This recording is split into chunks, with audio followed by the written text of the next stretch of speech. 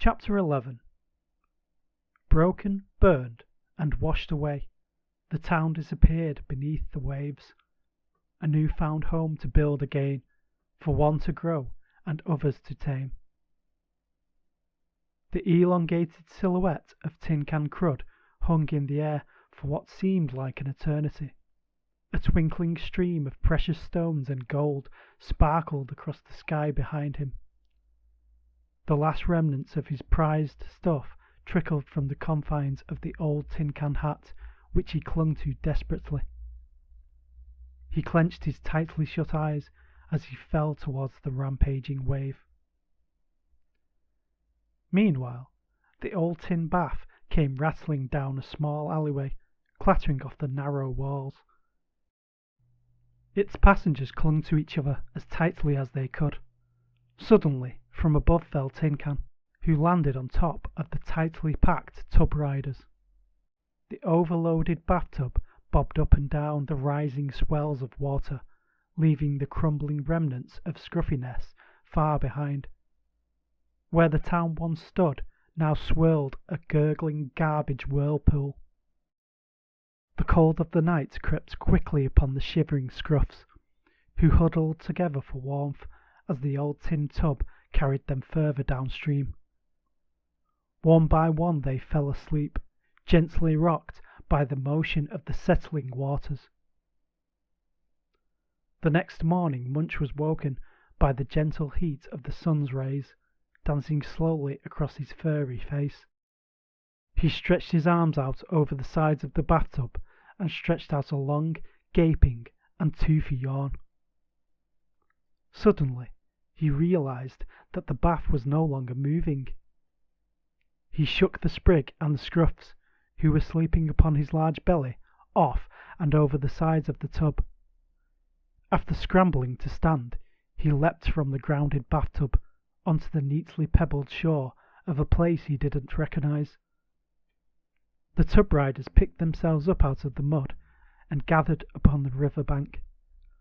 All gazed upon a luscious valley, carpeted by long, golden grass which swept like silken threads along the embankments, rising to meet a vast, untamed forest above. Within, life sang the symphony of many a creature's call. Above the tree line, a plateau of rock crowned the ridge overlooking the vale. The Sprig smiled as it felt the life of the forest blow through its leaves, carried upon a gentle, warming breeze. Gibgob looked at the joyful Sprig, and in turn it held out its branch towards her. She furrowed her brow, wrestling with a warm feeling somewhere deep down inside. She hadn't felt an affinity before, and wasn't sure she liked it very much. She slowly raised her paw towards the branch, in a truly rare and genuine act of friendship. As their arms were about to touch, the moment was ruined by a single, loud pop.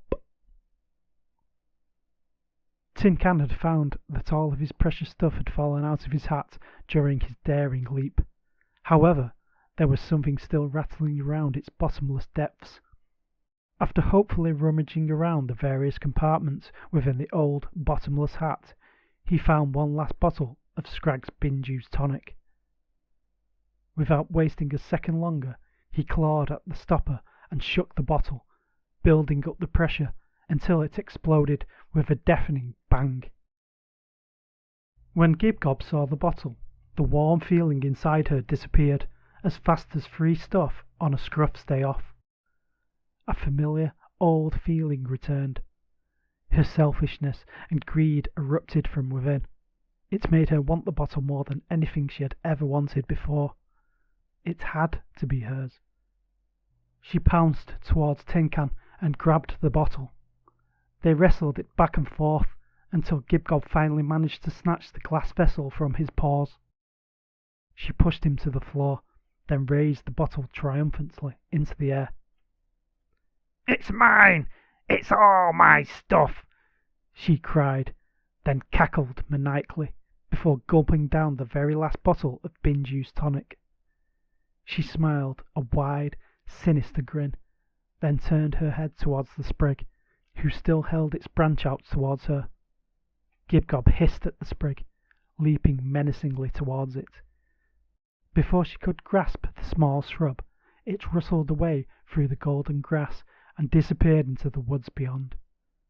Her snarl turned into a snigger, which turned into another, crazier cackle. "This is the place where you'll build my new town," she proclaimed to the rest of the Scruffs, who looked at her with expressions of scorn. She quickly realized their displeasure, lowering her voice and sweetening it. "Our new town," she said nervously, then laughed, hoping not to anger the only Scruffs that remained to rule over. The sprig scurried through the undergrowth and into the depths of the forest, climbing the steep valley slopes beneath the shadows of old, wizened trees, who creaked and cracked as they turned to watch the small sprig scramble up the hill.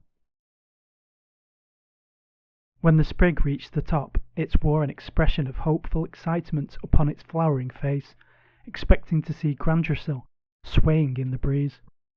Instead, it found a large, empty space, where a small mound of dirt sat atop a craggy cliff top.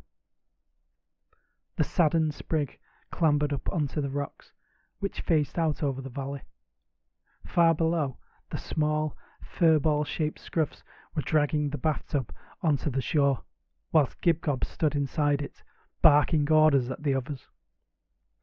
The sprig focused upon the beauty of the valley. Its crystal blue waters curled gentle bends through the golden green grasslands. Smooth, sweeping waves rippled across the grassy plains, driven by the warming currents of the soft wind. The trees grew in billowing groves and mingled amongst the grass like clouds perched upon a mountain's peak. They thickened into a forest further up the valley side and met the cliffs where the sprig now stood.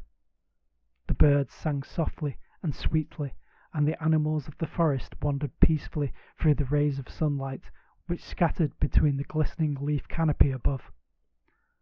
The sprig felt the warming breeze and began to reminisce. It remembered what the Grubber Valley had once been, and what it became after the Scruffs had built their town. How bad would it be without the Great Grandrasil to protect this magnificent place? As the sorrowful sprig looked down upon the squabbling Scruffs, it felt its roots growing. They stretched and reached down into the soil, burrowing deep, snaking through crags and wrapping around rocks. Deeper and deeper the roots dug, cascading down beneath the valley's side. The spreading roots met those of the trees, the bushes, the plants and weeds of the valley. All of them felt immense joy at the arrival of their new friend, the small and meagre sprig, now a seed of a great Grandrasil tree. The end.